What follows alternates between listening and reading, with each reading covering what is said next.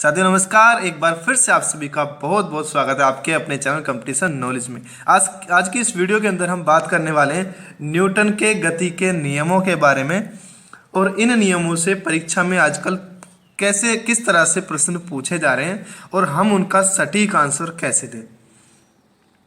तो न्यूटन के नियमों पर चलने से पहले एक बार हम बात कर लेते हैं दूरी और विस्थापन, चाल और वेग, इन चीज़ों में क्या अंतर है। इसी के साथ साथ बात करेंगे सदिश राशियों और अदिश राशियों के बारे में।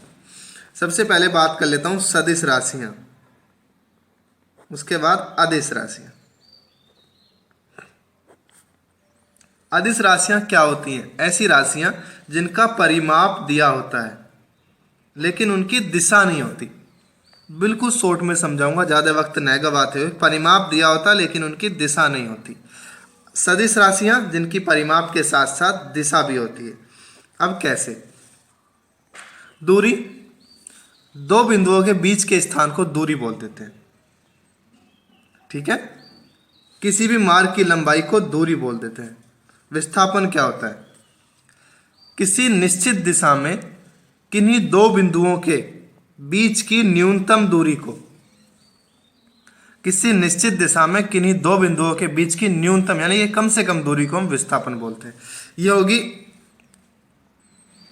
विस्थापन और दूरी की बात। दूरी जो कि इसके अंदर डायरेक्शन नहीं है, तो ये कैसी अदिश राशि होगी और ये कैसी होगी? सदिश राशि। बिल्कुल मत घबराइए, बिल्कुल वीडियो शुरू करने के लिए बता रहा हूँ।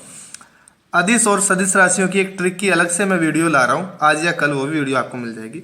अब बात कर लेते हैं चाल की। किसी दूरी को चलने में लगा समय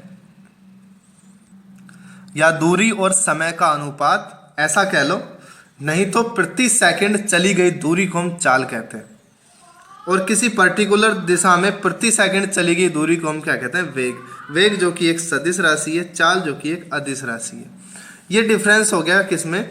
अब विस्थापन और दूरी का मैंने पिछली वीडियो में भी आपको बताया था। यहाँ से हम चले, हमने ये दूरी, ये बिंदु ए, ये बिंदु बी, ये बिंदु सी, ये बी और सी, ये 4 और 3, तो इसके जो दूरी होगी वो होगी 7। और विस्थापन कितना हुआ? ये वाली, चाहे कितनी भी है, शायद 5 आएगी तो ये 5 हो जाएगा हमारा विस्थापन। अब ये बात होगी इसकी। अब सीधे चलते हैं हम न्यूटन के नियमों पर।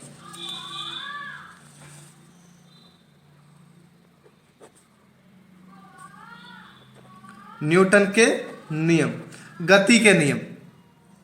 भौतिक के पिता कहे जाने वाले न्यूटन ने 1687 में अपनी पुस्तक प्रिंसिया के अंदर गति के नियमों को प्रतिपादित किया था। पहला नियम क्या है न्यूटन का? न्यूटन ने अपने पहले नियम के अंदर बताया कि यदि कोई वस्तु विराम अवस्था में है यानी कि रुकी हुई है तो वो रुकी रहेगी, और यदि कोई वस्तु गति अवस्था में है या एक समान चाल से चल रही है तो वो चलती रहेगी जब तक कि उस पर किसी बाह्य बल का उपयोग न किया जाए। बिल्कुल आराम से आप समझ सकते हैं, यदि कोई वस्तु रुकी हुई है तो वो रुकी रहेगी, उसको जब तक हम नहीं छेड़ेंगे तो वो चलेगी थोड़ी। और जब तक वो गति की अवस्था में है, एक समान गति की अवस्था, एक कंडीशन है, तो वो चलती ही रहेगी जब तक उस पर कोई बाह्य बल का प्रयोग न किया जाए। तो इसी से आई थी बल की परिभाषा कि बल क्या होता है। इसकी परिभाषा बताऊंगा, पहले ये बता देता हूँ कि प्रश्न किस तरह से पूछे जा रहे हैं परीक्षाओं में। तो उससे पहले एक बात और कि न्यूटन के पहले नियम को, न्यूटन का फर्स्ट लॉ, इसको जड़त्व का नियम या गैलीलियो का नियम भी कहा जाता है। न्यूटन के फर्स्ट लॉ को जड़त्व का नियम या गैलीलियो का नियम भी कहा जाता है। अब जड़त्व क्या होता है? किसी वस्तु का विराम अवस्था में बने रहना या गति की अवस्था में बने रहना, इस गुण को हम जड़त्व कहते हैं। इस प्रवृत्ति को किसी भी वस्तु की हम जड़त्व कहते हैं।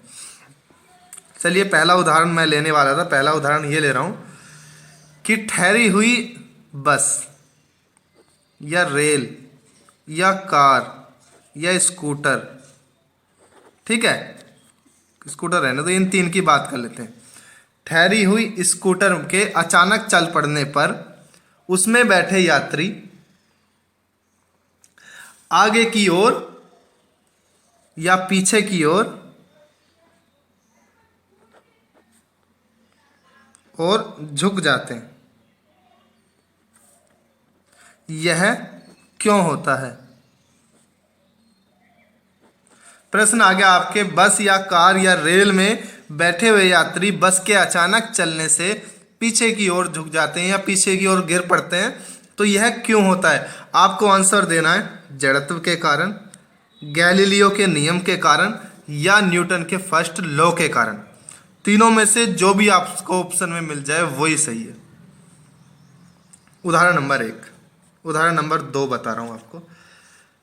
चलती हुई मोटर गाड़ी, चलती हुई बस, चलती हुई रेल, चलती हुई कार के अचानक रुक जाने पर उसमें बैठे यात्री आगे की ओर झुक जाते हैं,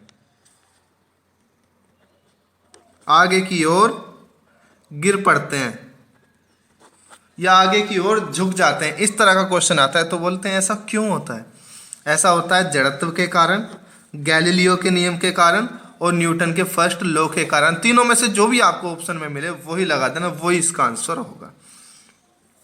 तीसरा उदाहरण, किसी कंबल को एक हाथ से पकड़कर डंडे से पीटने से धूल के कण बाहर निकल जाते हैं या उड़ने लगते हैं, तो ये किसका उदाहरण है? ये उदाहरण किसका है? जड़त्व के नियम का, न्यूटन के फर्स्ट लॉ का या गैलीलियो के नियम का। अब ऐसा होता क्यों है? न्यूटन ने बोला था भाई कोई वस्तु यदि विरामावस्था में है, रुकी हुई है, तो वो रुकी रहेगी, और यदि कोई वस्तु गति की अवस्था में है तो वो चलती रहेगी जब तक उस पर कोई बाह्य बल का प्रयोग न किया जाए। तो बस में बैठा हुआ यात्री, उसको उसका जो सीट पर बैठा हुआ है, मान लो ये सीट पर बैठा हुआ है कोई भी यात्री, इस सीट पर बैठा हुआ है, तो इसका ये वाला हिस्सा बस के टच में है, लेकिन ये वाला हिस्सा तो उसका फ्री है, ये बस के साथ साथ गति कर रहा है। तो जब बस रुकेगी तो ये हिस्सा तो रुक जाएगा, लेकिन उसका फ्री वाला हिस्सा नहीं रुक पाएगा, जिससे बस के अचानक रुकने से वो क्या आगे की तरफ झुक जाएगा। ठीक है, मतलब ये वाला हिस्सा तो इसके साथ रुका हुआ है और ये वाला हिस्सा ऊपर जो फ्री हिस्सा है वो बस के साथ गति कर रहा है। मेरे कहने का मतलब ये है, इतना ज़्यादा समझने की बात नहीं है, बस इतना ही है कि इन तीनों उदाहरणों में से कुछ भी आता है तो आपको आंसर क्या लगा देना है? जड़त्व के कारण। अब न्यूटन का सेकंड लॉ मैं आपको बता दूं। सेकंड लॉ, इसके बारे में ज़्यादा पढ़ने की आपको ज़रूरत नहीं है, बस इतना देख लो, F बराबर m इंटू ए, जहाँ F क्या है? बल, m क्या है? मास यानी कि द्रव्यमान, a क्या है? त्वरण। ये फॉर्मूला आया है न्यूटन के फर्स्ट लॉ से और न्यूटन के सेकंड लॉ से, सॉरी, न्यूटन के सेकंड लॉ से, जो कि फर्स्ट का ही एक भाग है। अब बल की परिभाषा बता देता हूँ आपको। बल जो कि न्यूटन के पहले लॉ से आई थी। बल की परिभाषा, बल एक बाह्य कारक होता है जो किसी वस्तु की प्रारंभिक अवस्था को परिवर्तित करने की चेष्टा रखता है या परिवर्तित कर देता है। जैसा कि हमने इसमें देखा था, पहला नियम क्या था कि यदि कोई वस्तु विरामावस्था में तो विरामावस्था में बनी रहेगी, गति की अवस्था में तो गति की अवस्था में बनी रहेगी। बल क्या होता है? बल वह बाह्य कारक होता है जो किसी की वर्तमान अवस्था को चेंज करने की चेष्टा रखता है या उसको चेंज कर देता है। अब इसके साथ हम पढ़ेंगे इसका न्यूटन का तीसरा नियम, जो कि बहुत मोस्ट है। इसी के साथ बात करते हैं न्यूटन के तीसरे नियम की। न्यूटन का तीसरा नियम क्या होता है? न्यूटन का तीसरा नियम यह कहता है, प्रत्येक क्रिया के बराबर लेकिन विपरीत, प्रत्येक क्रिया के बराबर लेकिन विपरीत प्रतिक्रिया होती है। अब इससे क्या क्वेश्चन आ सकता है परीक्षा में? परीक्षा में क्वेश्चन आता है कि एक बंदूक से गोली निकलती है आगे की तरफ, लेकिन हमें धक्का लगता है पीछे की तरफ। ये क्यों होता है? ये होता है भैया न्यूटन के थर्ड लॉ से। आपको सीधा ऑप्शन मिल जाएगा न्यूटन के फर्स्ट लॉ के कारण, सेकंड लॉ के कारण या थर्ड लॉ के कारण। तो आपको क्या लगाना है आंसर? न्यूटन के तीसरे नियम के कारण। प्रत्येक क्रिया होगी तो उसके विपरीत, उसके बराबर लेकिन उसके विपरीत प्रतिक्रिया भी होगी। बंदूक से गोली निकलती है तो आदमी को पीछे की तरफ धक्का क्यों लगता है? क्यों लगता है? न्यूटन के तीसरे नियम के कारण। सीधा आपको ये आंसर लगा देना है। इसके बाद एक और आ सकता है, नाव से किनारे पर कूदने पर नाव पीछे की तरफ क्यों हट जाती है? नाव के किनारे पर कूदने से नाव पीछे की तरफ क्यों हट जाती है? क्यों हट जाती है? न्यूटन के तीसरे नियम के कारण। तो बिल्कुल आराम से समझ लो, इसी तरह के क्वेश्चन आपको पूछ सकता है न्यूटन के नियमों को लेकर। तो साथियों, कैसी लगी आपको हमारी ये वीडियो जरूर बताइएगा। अच्छी लगी हो तो एक लाइक जरूर कर दीजिए और शेयर कीजिए इस वीडियो को, ताकि सभी की इस टॉपिक को क्लियर करने में मदद हो सके। और इसी तरह की और अच्छी अच्छी वीडियोस मैं लाने वाला हूं। जैसे ही मुझे टाइम मिलता है मैं ज़रूर रिकॉर्डिंग करता हूं और कोशिश करेंगे कि अगली वाली वीडियो, सदिश और अदिश वाली वीडियो आपको शायद कल मिल जाएगी। कोशिश करेंगे और भी जल्दी मिल जाए। तो बहुत बहुत धन्यवाद आपका मेरी वीडियो देखने के लिए। आपका दिन शुभ रहे। Thank you.